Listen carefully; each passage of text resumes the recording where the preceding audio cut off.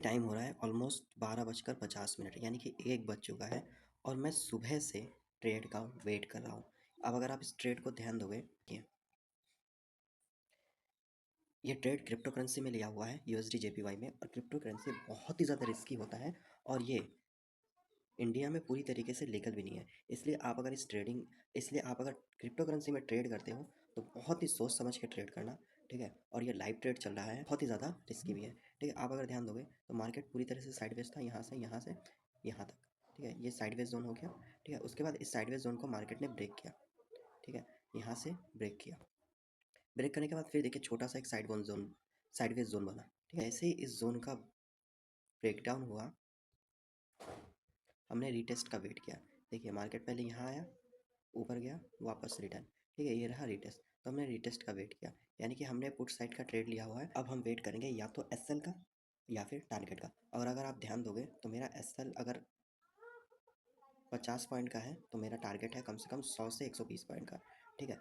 तो हम अब वेट करेंगे एसएल का या फिर टारगेट का, ठीक है। क्योंकि ट्रेडिंग में आप जितने भी ट्रेड एग्जीक्यूट करोगे उसमें पूरे पूरे चांसेस हैं लॉस होने का और प्रॉफिट होने का भी, बट उसमें ज़्यादातर चांसेस है कि लॉस ही हो। आप अगर 10 ट्रेड लेते हैं तो 10 में से 5 या 6 ट्रेड आपके लॉस हो सकते हैं, लेकिन अगर आपने रिस्क मैनेजमेंट किया 10 में से 5 ट्रेड लॉस होंगे तो बाकी 5 ट्रेड अगर प्रॉफिट के जाएंगे तो आप ओवरऑल प्रॉफिटेबल रहेंगे, और वो तभी हो पाएगा जब आप रिस्क मैनेजमेंट फॉलो करेंगे। तो चलिए वेट करते हैं अभी नेक्स्ट टारगेट का।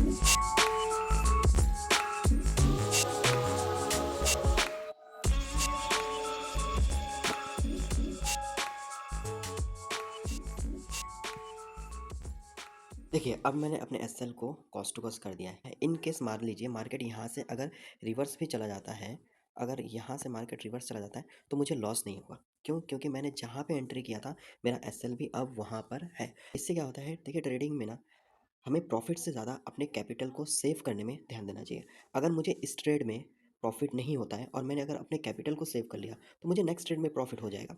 हर ट्रेड में प्रॉफिट नहीं होता है, हमें ओवरऑल प्रॉफिटेबल होना होता है, ठीक है। अब इस ट्रेड में अगर मुझे प्रॉफिट होता है तो बहुत बढ़िया है, वेल एंड गुड। और अगर इस ट्रेड में मुझे प्रॉफिट नहीं होता है, मार्केट रिवर्स चला जाता है, तो भी मुझे कोई लॉस नहीं होगा। मेरा जो कैपिटल है वो कॉस्ट टू कॉस्ट, मेरा जो कैपिटल है वो पूरी तरीके से सेव है। ये सिर्फ ट्रेडिंग करना नहीं, ट्रेड को मैनेज करना भी आना चाहिए। अब हम वेट करते हैं टारगेट का या फिर एसएल का।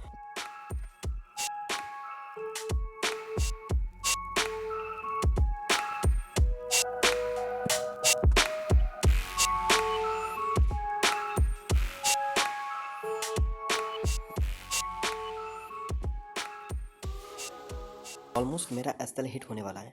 ये बेनिफिट होता है ट्रेड मैनेज करने का, रिस्क मैनेजमेंट करने का। हाँ, इस ट्रेड में मुझे कोई भी प्रॉफिट नहीं हुआ है, मेरा एसएल हिट हो गया है, ठीक है।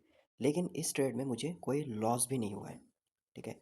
आप अगर ट्रेड को मैनेज कर पाते हो और 2 ट्रेड भी अगर आप कॉस्ट टू कॉस्ट दे देते हो जिसमें आपका एसएल कॉस्ट टू कॉस्ट करने के बाद आपका एसएल हिट हो जाता है, तो अगर आप तीसरे ट्रेड में प्रॉफिट करते हो या फिर चौथे ट्रेड में प्रॉफिट करते हो तो आप ओवरऑल प्रॉफिटेबल ही रहोगे। इसलिए ट्रेडिंग में सब चीज़ें मैटर करती हैं, डिसिप्लिन, साइकोलॉजी, उसके बाद रिस्क मैनेजमेंट, ट्रेड मैनेजमेंट, कुछ भी कह लीजिए। आप अगर इन चीज़ों को फॉलो नहीं करेंगे तो आपको लॉस होगा। देखिए इतना अच्छा ट्रेड था, ऑलमोस्ट 50% के आसपास मेरा ये ट्रेड मूव कर चुका था, ठीक है। ऑलमोस्ट 50% के आसपास ये मेरा ट्रेड मूव कर चुका था। अगर यहाँ पे मैं अपना एसएल को कॉस्ट टू कॉस्ट नहीं करता तो अभी मैं लॉस में होता, बट मैंने अपने एसएल को कॉस्ट टू कॉस्ट कर दिया है।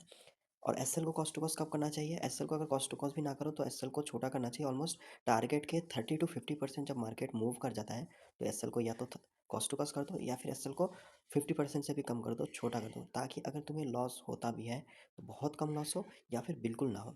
अगर मैं कल फिर ट्रेड करूँगा और फिर मेरा कॉस्ट टू कॉस्ट एसएल होगा और परसों भी एसएल होगा और दूसरे दिन, तीसरे दिन या चौथे दिन अगर मेरे को एक टारगेट भी कंप्लीट हो जाता है तो मैं ओवरऑल प्रॉफिटेबल ही कहलाऊँगा।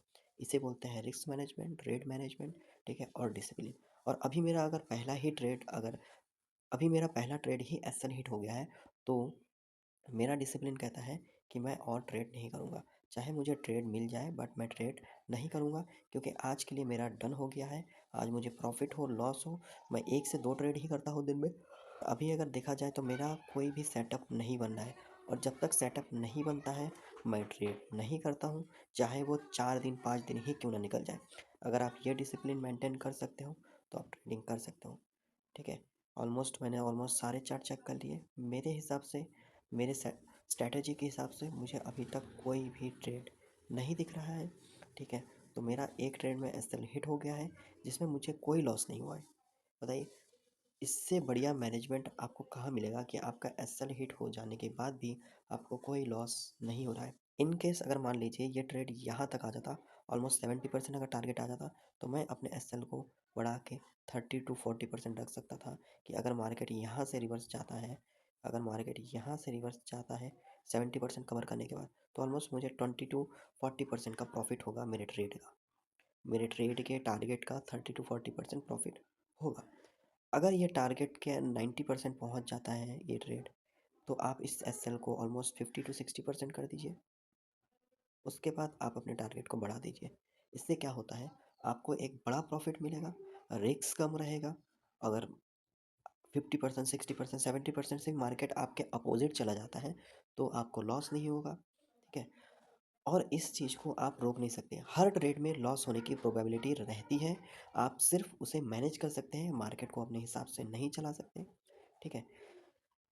तो अगर अभी तक आपको सही मेंटोर नहीं मिला है, आपको ट्रेडिंग करने के लिए कोई सही पर्सन नहीं मिला है, तो आप इस चैनल को सब्सक्राइब कर दीजिए, क्योंकि आपके एक सब्सक्राइबर से, और जैसे ही इस अकाउंट में 1 लाख सब्सक्राइबर कंप्लीट होगा, तो हम करने जा रहे हैं फ्री ऑफ कॉस्ट का कोर्स, जिससे आपको discipline, psychology, risk management, trade management सब कुछ देखने को मिलेगा, सब कुछ सीखने को मिलेगा। इसलिए चैनल को सब्सक्राइब करना मत भूलिएगा, और अगर आप कोई राय देना चाहते हैं तो कमेंट बॉक्स में बिल्कुल दे सकते हैं।